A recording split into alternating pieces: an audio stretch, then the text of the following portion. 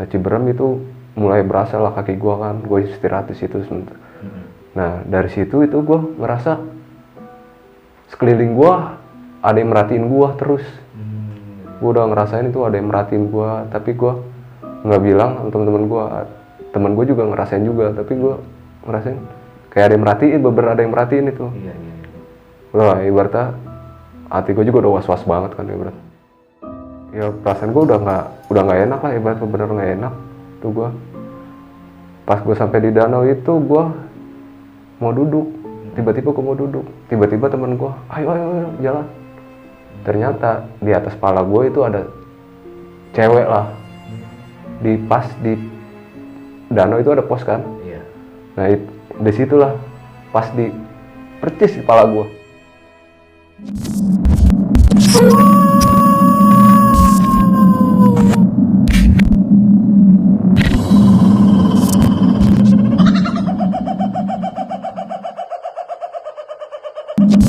Oke, assalamualaikum warahmatullahi wabarakatuh. Kembali lagi di cerita mistis pendakian. Bersama gua kali ini Ahmad Wildan di channel Sandiakala Official. Apa kabar kalian semua? Semoga selalu diberi kesehatan, selalu diberi keberkahan, dan semoga selalu diberikan kemudahan untuk segala urusan-urusannya. Sebelumnya gue mau ngucapin terima kasih banyak buat kalian yang sampai saat ini selalu mendukung dan mensupport channel ini. Dan jangan lupa buat kalian yang mau berbagi cerita tentang pengalaman pendakiannya, bisa hubungi Instagram sandiakala_co atau bisa hubungi email sandiakala.co@gmail.com.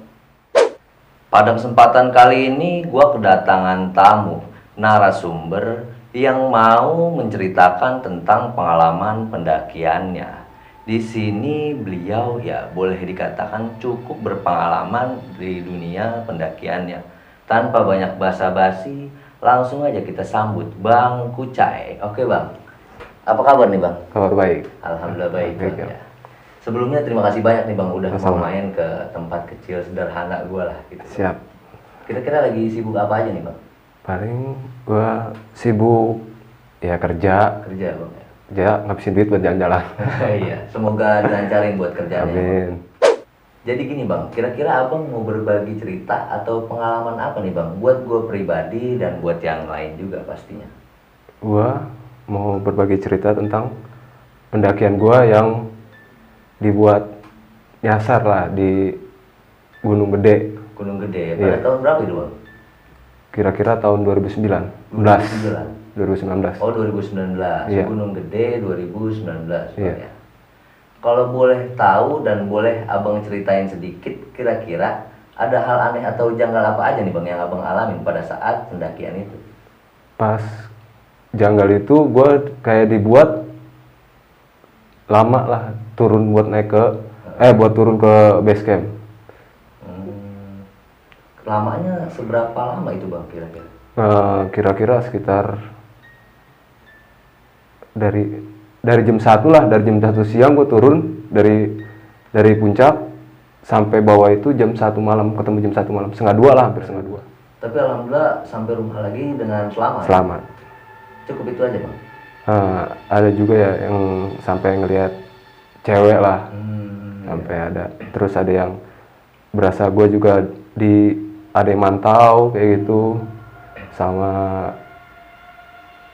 ya gitu dah, dibuat kayak semacam muter sih situ juga gua. Oh iya. Itu aja Bang kira-kira. Itu. Oke, sebelumnya gue mau ngingetin buat kalian semua bahwasanya cerita atau video kali ini ditayangkan bukan seolah-olah untuk menakut-nakuti kalian semua. Akan tetapi video atau cerita kali ini ditayangkan hanya sekedar berbagi pengalaman dan juga berbagi pelajaran yang bisa kita ambil dari sisi baiknya. Tanpa berlama-lama lagi, langsung aja kita masuk ke alur cerita pendakiannya Bang Kucai dalam segmen cerita mistis pendakian.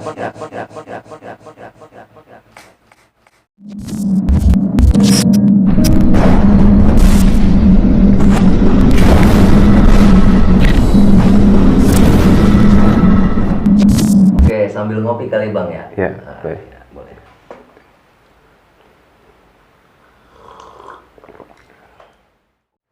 Oke Bang Kucai, bisa langsung diceritain aja Bang pengalaman Abang. Ya boleh. Ya dari gua nih ya cerita tentang gua.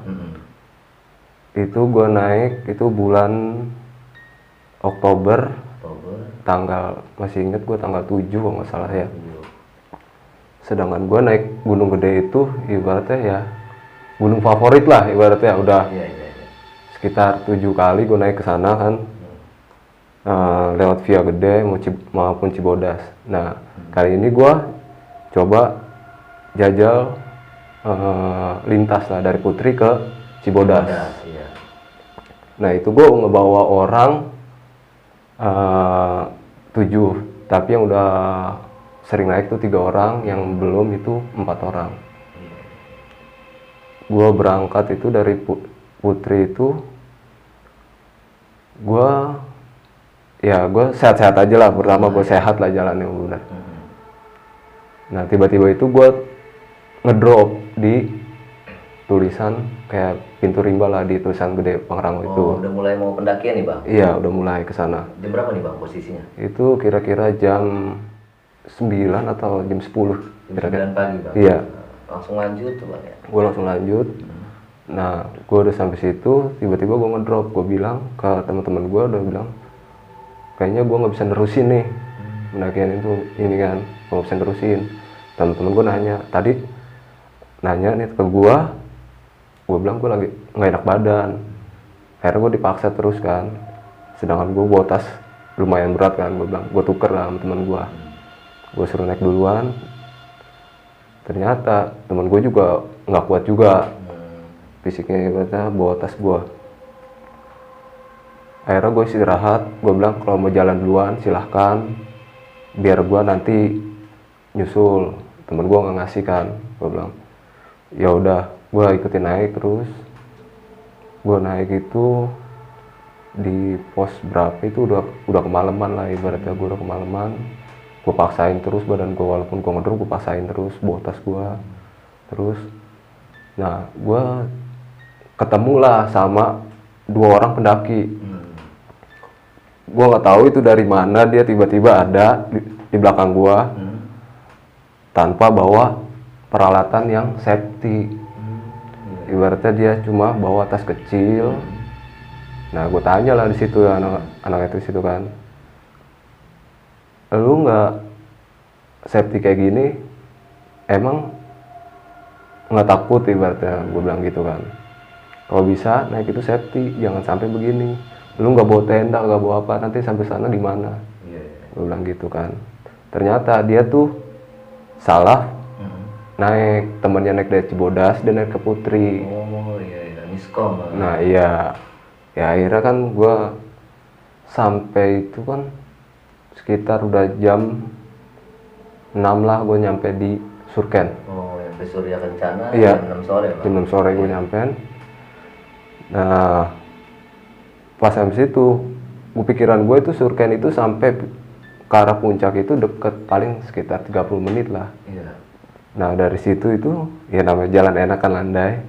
Itu gue sekitar jalan itu sepi, kira-kira gue jalan itu 3 jam. 3 jam tuh udah feeling gue udah aneh dah itu di situ, udah aneh lah. Nah ya mungkin dari situ udah nggak enak lah. Teman-teman gue juga yang baru-baru pada naik, ibaratnya ucapannya juga nggak enak lah, ibaratnya apa aja lah disebutin lah, itu udah kotor lah, tata kotor lah. Padahal sebelumnya gue udah bilangin jangan sekali-sekali di gunung, ibaratnya jangan sembarangan lah gitu. Nah akhirnya yang 2 orang itu mau kagak mau, ibaratnya tenda gue desek lah sama dia juga. Gue takut dia juga kenapa-napa, sedangkan tenda itu ya satu, ya jauh lah gue sama tenda-tenda yang lain dah itu ibaratnya. Nah pas itu gue sengaja pas itu gue naik itu udah ngecamp lah, ibaratnya udah ngecamp di Surya Kencana. Oh udah diriin tenda? Udah diriin tenda. Iya temen gue ngajakin jalan gue kan, gue bilang gue udah ibaratnya udah ngedrop lah, udah nggak kuat lah, ibaratnya udah mau istirahat aja. Akhirnya temen gue jalan. Nah itu temen gue ngeliat sosok orang tinggi gede di Surya Kencana sekitar jam 10 malam. 10 malam. 10 malam. Teman abang sendiri ngeliat? Sendiri, berdua dia, hampir berdua orang. Ya gue istirahat ya, akhirnya kan udah pagi lah, udah waktunya gue muncak ibaratnya kan, muncak dari jam 10 pagi gue muncak. Ya lama juga di puncak, gue bilang kan kita ngelintas nih, gue bilang kita ngelintas ke Cibodas. Nah di atas itu cukup lama, gue sampai dari jam 10 sampai jam berapa ya, sampai atas jam 12-an lah, kita 12 ya. Iya. Gue bilang ke temen-temen gue, biasa gue dari puncak jam 1 sampai bawah itu jam 5 sore, paling lama lah ibaratnya, paling lama lah jam 5 sore. Jalan santai. Nah akhirnya gue turun jam 1 dah tuh. Jam 1 siang? Jam 1 siang gue turun. Pas gue jam 1 siang, gue ngerasa itu ibaratnya ke kandang badak itu ya paling lama 1 jam lah. Yang biasa gue lakuin ya 1 jam. Ternyata gue dari jam 1 itu asar baru sampai kandang badak. Padahal emang itu abang jalan ya normal jalan? Normal jalan, nggak ada istirahat malah itu. Nggak ada istirahat? Nggak ada istirahat. Itu jalan ya kelompok gua doang. Udah kelompok gua doang. Gua istirahat di kandang badak itu cuma ada sekitar 3 tenda atau 4 tenda kalau nggak salah. 3 tenda gitu. Ya gue istirahat di kandang badak, ya nyemil lah. Gue jalan lagi dah itu. Gue jalan, ya udah estimasi gue udah bener lah ke kandang batu sampai air panas. Cepet lah, sekitar sejam 2 jam lah paling. Ternyata gue sampai situ itu 5:30, tapi gue nggak ngeliat jam, nggak ngeliat apa. Lihat langit aja kali. Iya. Gue akhirnya kan gue pikir masih sore lah sampai bawah. Ya paling gue kira masih jam 4 lah, jam 5 gitu. Gue di air panas, ada kolam di situ. Gue berendam lah kaki gue di situ, temen gue pada mandi lah. Gue udah selesai, gue mau jalan tuh, tiba-tiba ada burung yang tiba-tiba di depan gue, burung. Pas gue lihat lagi tuh tiba-tiba burung itu hilang. Pas gue baru jalan sebentar, baru sampai jurang yang pemandian panas, ternyata azan maghrib. Pas azan maghrib, gue tanya dulu sama anak-anak, gimana nih, mau terusin apa istirahat dulu? Terusin aja, nanggung kata dia, pada nanggung. Ya emang bener kata orang dulu, ibaratnya kalau maghrib itu nggak boleh lah jalan, berhenti ya. Ya gue paksain jalan terus, Pas baru berapa jalan itu sekitar jam berapa ya? Sekitar jam 8 apa? Jam 8 itu gue terasa, gue pertama ada di tengah. Nah dari belakang itu temen gue tiba-tiba maju dah. Maju. Akhirnya gue paling belakang kan. Ya gue ngerasain itu kayak di belakang itu ada yang ngikutin gue. Terasa ada yang jalan lah. Pas gue nengok nggak ada. Ya gue takut ya, gue nengok temen-temen gue nggak ada di depan, gue takut lah gitu kan. Gue nengok. Ya akhirnya gue paling belakang, ya udah gue santai aja lah. Sekitar jam 10 lah ada di pos apa sih, gue lupa itu namanya posnya. Tiba-tiba jam 10 malam tiba-tiba ada yang tawa. Temen gue lari semua, sisa gue di belakang. Ya gue tenangin lah. Itu ibaratnya suara burung lah, gue bilang gitu, gitu kan. Biar nggak kacau aja dah. Ibaratnya udah bener-bener udah kacau lah. Pada takutnya gue takut pada jatuh doang. Ibaratnya batu-batu gunung Cibodas itu. Sekitar jam 12 apa? jam 11 lah, sekitar jam 11 itu gue udah sampai, jam 11 itu gue sampai di Ciberem ya. Nah, iya Ciberem. Nah, Ciberem itu mulai berasa lah kaki gue kan, gue istirahat di situ sebentar. Nah, dari situ itu gue ngerasa sekeliling gue ada yang merhatiin gue terus. Gue udah ngerasain itu ada yang merhatiin gue, tapi gue nggak bilang sama teman-teman gue. Temen gue juga ngerasain juga, tapi gue ngerasain kayak ada yang merhatiin, beberapa ada yang merhatiin itu. Iya. Wah, ibaratnya hati gue juga udah was-was banget kan ibaratnya. Nah, gue bilang temen gue, yuk jalan lagi yuk. Temen gue masih ngajakin istirahat aja. Akhirnya gue paksa terus kan, jalan. Ya, akhirnya gue jalan dah tuh. Sampai gue akhirnya ngelewatin jembatan kan tuh. Ngelewatin jembatan yang beton itu. Terus masih ada yang ngerasa itu, gue masih ada yang ngikutin terus.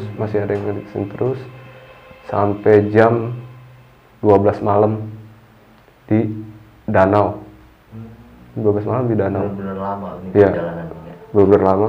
Iya. Gue bilang, nah ini ya perasaan gue udah nggak enak lah, ibaratnya bener nggak enak. Tuh gue pas gue sampai di danau itu gue mau duduk. Tiba-tiba gue mau duduk. Tiba-tiba temen gue, ayo jalan.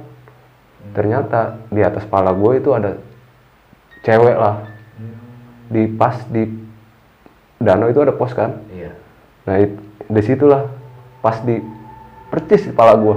Di atas kepala abang nih? Iya, pas percis Pak. Gue ibaratnya baru nempelin. Iya. Pantat lah ibaratnya. Ayo jalan. Itu ternyata ada cewek yang ngikutin dari situ. Masih diikutin, gue bilang. Mungkin yang dari belakang lah, gue bilang.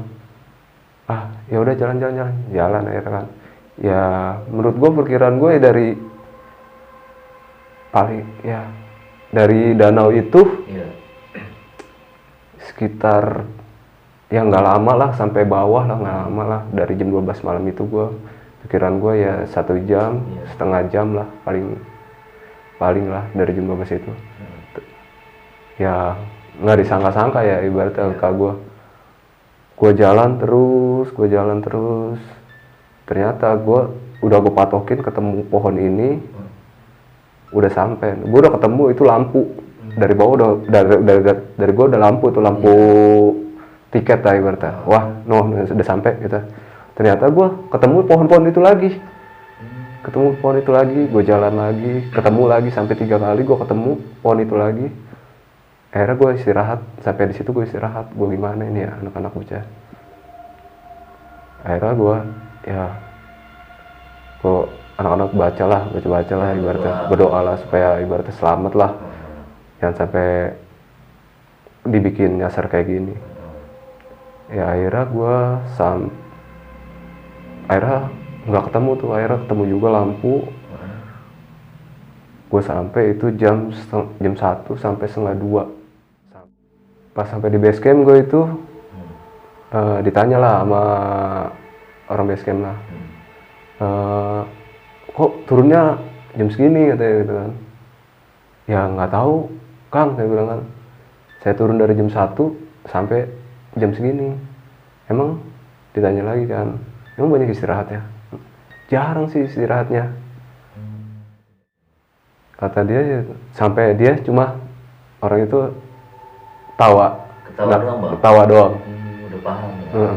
Itu benar-benar lama bang ya, 12 jam bang. Ya lama sih menurut gua. Ya ibaratnya gua udah semaksimal mungkin. Iya, udah semaksimal mungkin. Itu beberapa jarang istirahat, gua bilang kan. Ya ibaratnya gua udah naik berapa kali di situ, baru kali itu aja yang ngerasain dah gitu ibaratnya gua. Halo bang, ngopi dulu. Ya siap, ngopi sambil ngopi bang. Akhirnya sampai rumah dengan selamat bang? Alhamdulillah dengan selamat gue ibaratnya. Ya itu ya pengalaman gue yang paling gue rasain naik gunung itu kayak begitu sampai lama banget kayak gitu. Ibarat turun ibaratnya setengahnya seharusnya ya. Seharusnya setengahnya dibandingkan naik kan gunung. Jadi gini Bang Kucai, kira-kira nih Bang dari perjalanan Abang nih tadi sama 6 orang temannya Bang ya? Iya, 7 lah, 7 orang. 7 orang, berarti Iya. 8 orang Bang? Total 7, ya sama gua 7. Oh iya Iya. Bang. Itu kan tadi Abang kayak ngalamin ya bisa dibilang cukup aneh lah Bang. Iya. Dari perjalanan Abang tadi di atas ya kan? Kalau boleh saya tahu nih Bang ya, kira-kira ada penyebabnya nggak tuh dari Abang pribadi dan dari teman-teman yang lain juga? Mungkin ada lah. Penyebabnya itu ya menurut gue ya dari ucapan yang nggak dijaga. Iya iya Bang. Dari pertama mulai naik itu udah ibaratnya ucapannya bener-bener nggak dijaga, ibaratnya apalah kata-kata jorok lah diomongin lah, kayak gitu. Itu aja Bang. Itu aja mungkin menurut gue ya.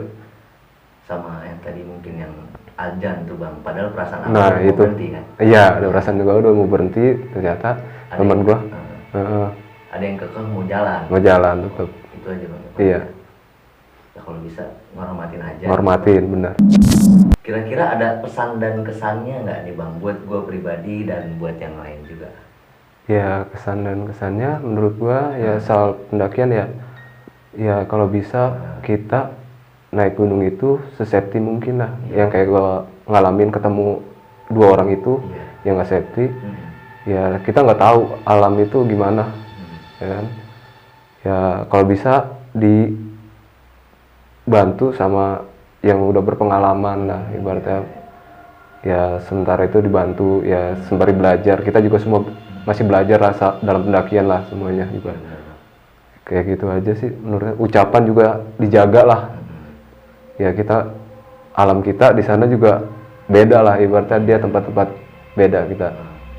Itu aja Bang kira-kira. Itu aja. Kalau kesannya Bang? Ya kesannya ya ngerasain lah, ibaratnya kesannya gue udah ngalamin namanya dikerjain lah sama makhluk sana lah. Sedangkan Abang udah 7 kali kan? 7 kali ke sana. Dan baru 4 kali itu ngalamin seperti itu. Iya. Ya ibaratnya yang pertama-tama ya gue sama teman-teman gue yang biasa lah, yang sering-sering naik lah, nggak ada kendala apa-apa ibaratnya. Nah semenjak gue ngajak yang baru, ya kejadian ibaratnya dalam ucapan itu ya harus benar-benar harus dijaga lah kita. Oke, itu aja Bang kira-kira. Itu. Oke, sebelumnya terima kasih banyak Bang Ya, sama-sama. udah mau datang berbagi cerita di Sedia Kala. Semoga nih Bang, buat Abang pribadi dan teman-teman Abang, semoga selalu diberi kesehatan, Amin. selalu diberi berkahan juga Amin. Bang, dan semoga selalu dimudahin buat segala urusan-urusannya. Amin. Kira Abang punya channel YouTube juga ya Bang ya? Punya juga. Bisa dijelasin Bang, kira-kira? Nama channel gua Ngayap Dadakan. Ya tentang camping lah, jalan-jalan kayak gitulah. Emang jarang, kalau gunung jarang dibikin video, paling sekedar camping-camping aja, kayak gitu aja Bang. Traveling lah. Traveling lah. Apa tadi namanya Bang? Ngayap Dadakan. Oke. Terima kasih banyak Bang ya. Iya. Sampai jumpa nih Bang di lain waktu. Oke, Siap. Bang Kucai. Oke, terima kasih banyak buat kalian yang udah nonton cerita kali ini. Semoga cerita atau pengalaman kali ini bisa kita jadikan pelajaran. Dan jangan lupa, sekali lagi gue ingetin buat kalian semua, bahwasanya cerita atau video kali ini ditayangkan bukan seolah-olah untuk menakut-nakuti kalian semua. Akan tetapi video atau cerita kali ini ditayangkan hanya sekedar berbagi pengalaman dan juga berbagi pelajaran yang bisa kita ambil dari sisi baiknya. Cukup sekian dari gua. Terima kasih.